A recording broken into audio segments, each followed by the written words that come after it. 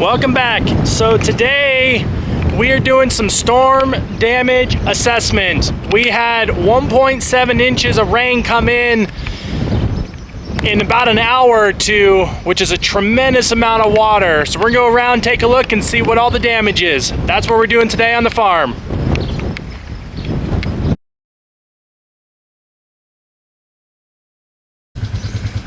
So the first thing that I'll show you is the power pole that supplies the irrigation pump snapped right at the base. And so the power company came, they took the meter out, they lobbed off the wires, and they rolled up their wires up against the pole over there. So I have to now get this tree limb out of the way and get an electrician to come out, put up a new pole, get it rewired, get it re-inspected before we need this pump. We won't need this pump until middle to end of August, so that's not too bad. We got some time to get it done. But if I have broken poles, I'm assuming all the other farmers around us also have broken poles. So although it's far away, we still got to get on their schedule because it could be a hot minute before they're able to get to us. Okay, let's go take a look at the next thing. As we go to the next thing I'm going to show you, you can see all of the water that came flowing through here. And I don't know if the camera can pick it up, but over here you can see green and over here is brown. That's the line of the water that came through here.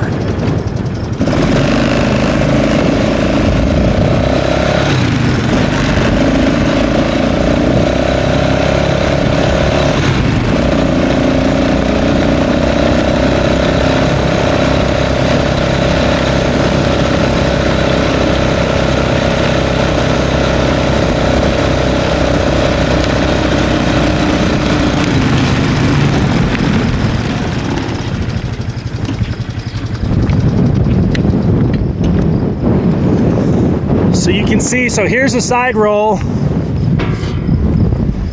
This is where there's supposed to be a fence. My fence is out here. I mean, it just took the fence. And the end of it is out here somewhere, all wrapped up, messed up. So when Chelsea and I got home last night, the cattle were stuck because there was a lake, there was a river, not a lake, there was a river flowing over this side roll, which you can see here how high it was.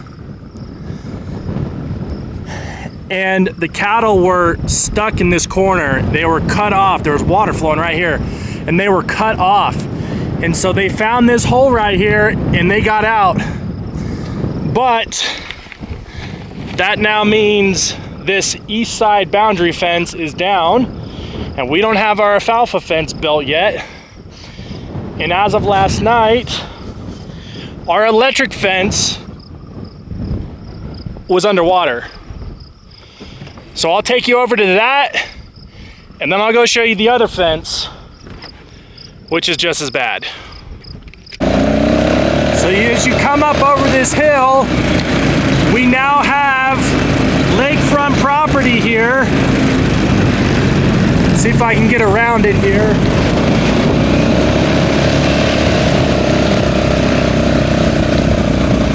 And as you can see, my electric fence is underwater over here.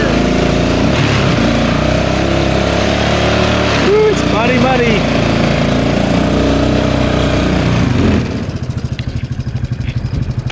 Check that out.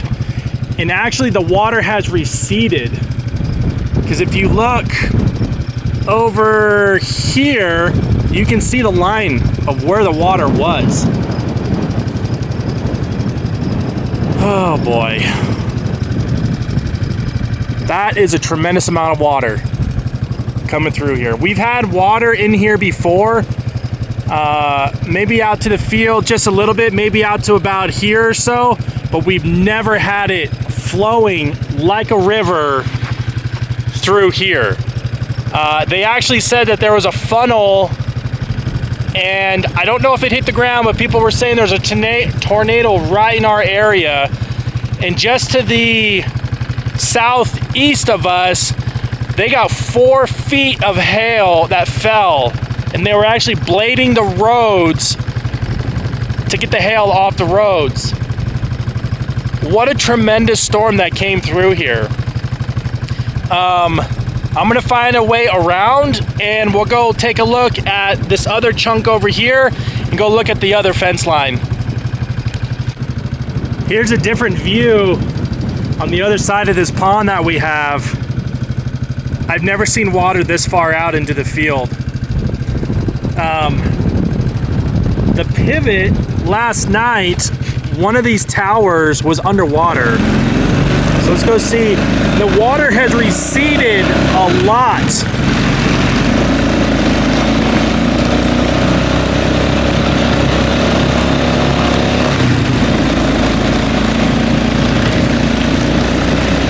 Absolutely insane.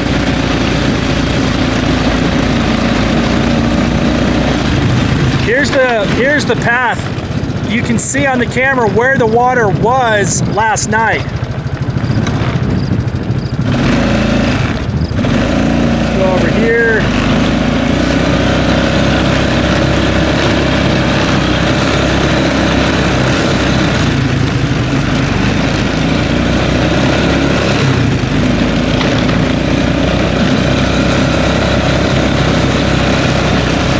All this was underwater last night.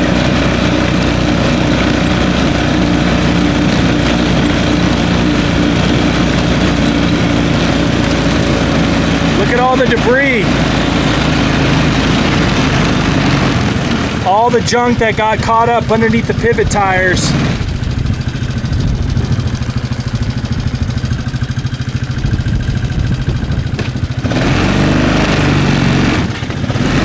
Let's go look over here. I haven't been over here on the field, but I can see all this was underwater. You can see all the destruction, all the debris coming through here.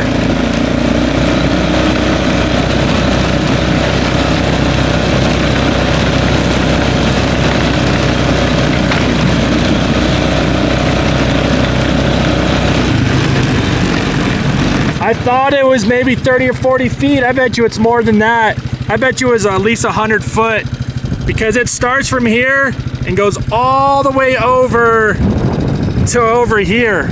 And there's still standing water over there.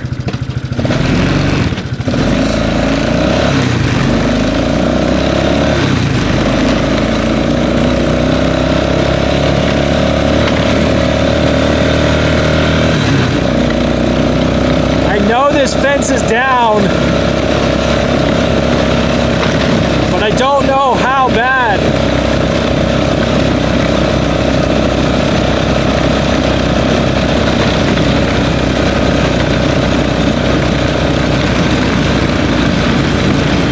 This power pole looks okay.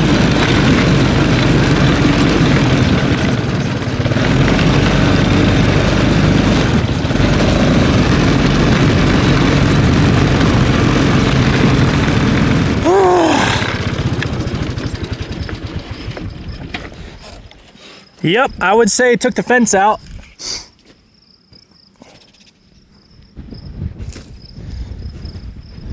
There's just no stopping or controlling water like this.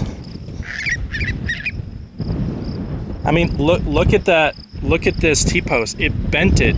That's how much force came through here. Completely eroded out the shoulder here.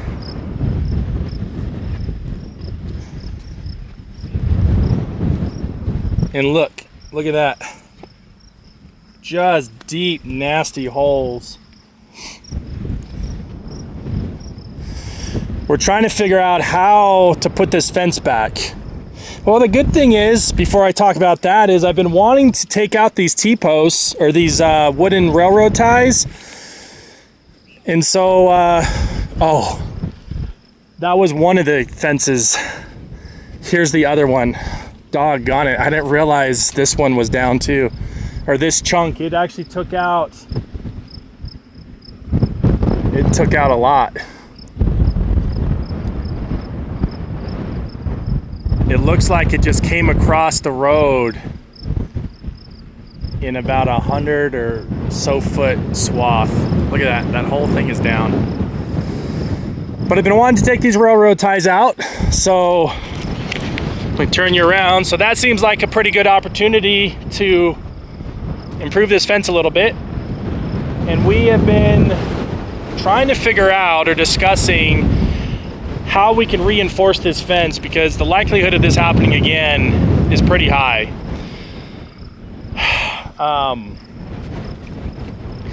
We thought about building it out of pipe, just this little chunk here. We thought about putting H braces in place, you know, maybe 2 or 3 H braces to help put some more structure into the fence. As you can see here, where they have these H braces, that fence is still standing, but where we didn't have it, it just took it out. We've talked about getting T-posts that are maybe 2 feet longer, put them in the ground deeper. I don't think that would have helped here. I don't know.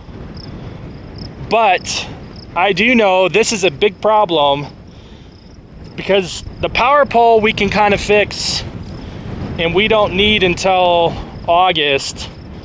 But getting these fences rebuilt is going to be quite a job, because all this ground underneath is super loose now. And it brought in a lot of dirt. So you can see all of this dirt that got built up. That makes it a pretty short fence. So now we got to come in here with the tractor and clear all of this stuff out of here, or else the cattle are just going to walk right over top of it. So I don't know. I have a feeling this is going to get put onto my to do now quicker list, or do now quickly list. Because we'll be getting cattle probably the end of September. We're planning on having about 190 calves out here, but there's no way we could have them with these fences down. And so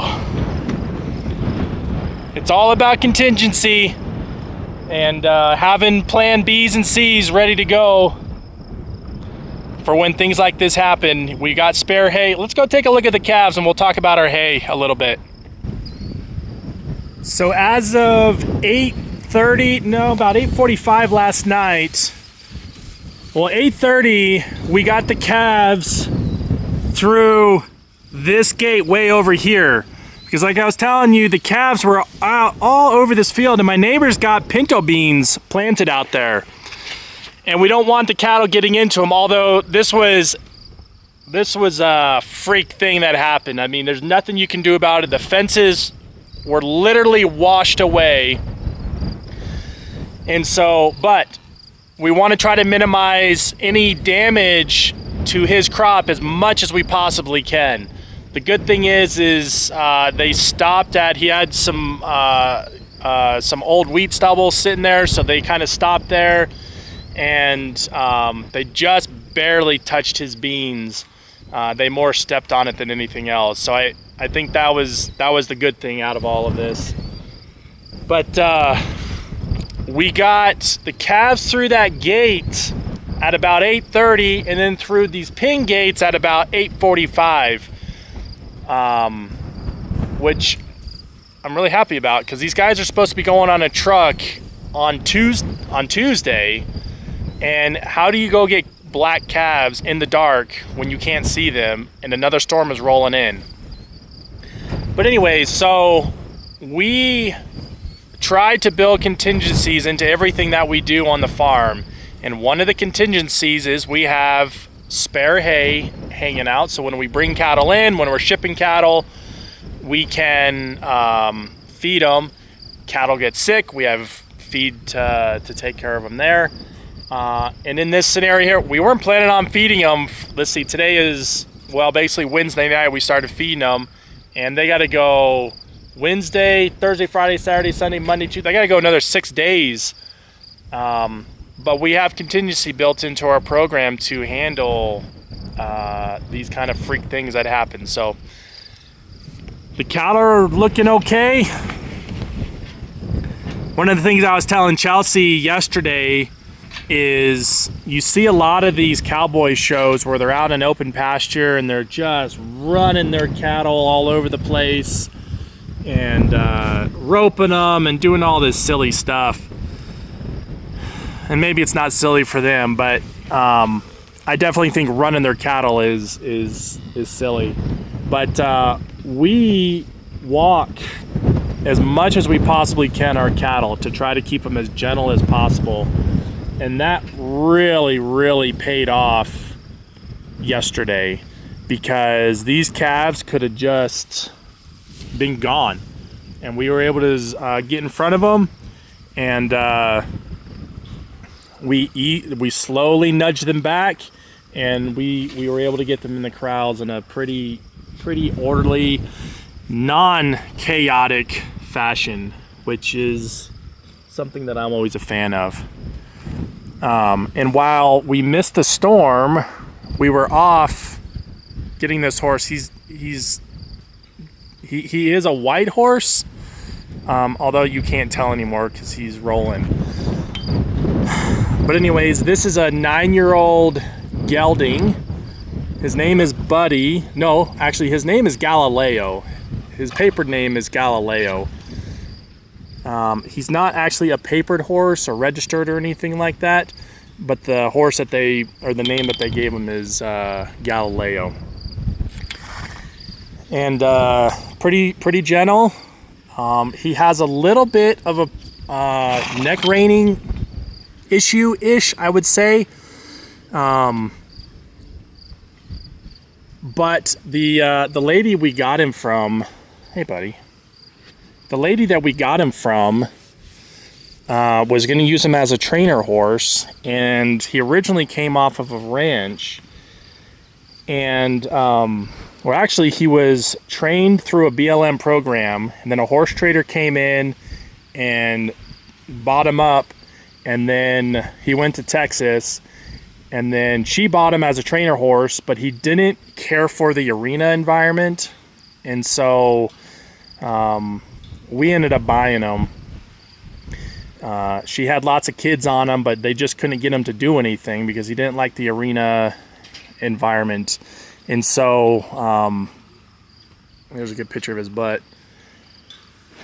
You know, he was a little difficult to lead in the arena, but when we got him home in this open space, he was a completely different horse. He just led right by your side, just like I would expect. And so we're going to take a little chance on him. We're going to take a chance on him, and I think when I get him out into the open, he's going to be just fine on that neck reining. So, yes, I can scratch your butt. There you go. But anyways, he's a good-looking horse, and I'm excited to use him. Super gentle, super mellow, and that's exactly what we're looking for. But anyways, this is our latest adventure, is we're dealing with storm damage cleanup, and we got more storms coming in this week. We got monsoons starting up, which if you don't know is where they it decides to rain an inch in 30 minutes or so. It's where we get all of our rain in one shot over the summer from now until about September. So that should be fun. We need the rain, but we don't need this much water this fast and all at one time. But anyways, we'll take it. But you all have a great day. I'm gonna get started cleaning this mess up, and we'll catch you on the next one.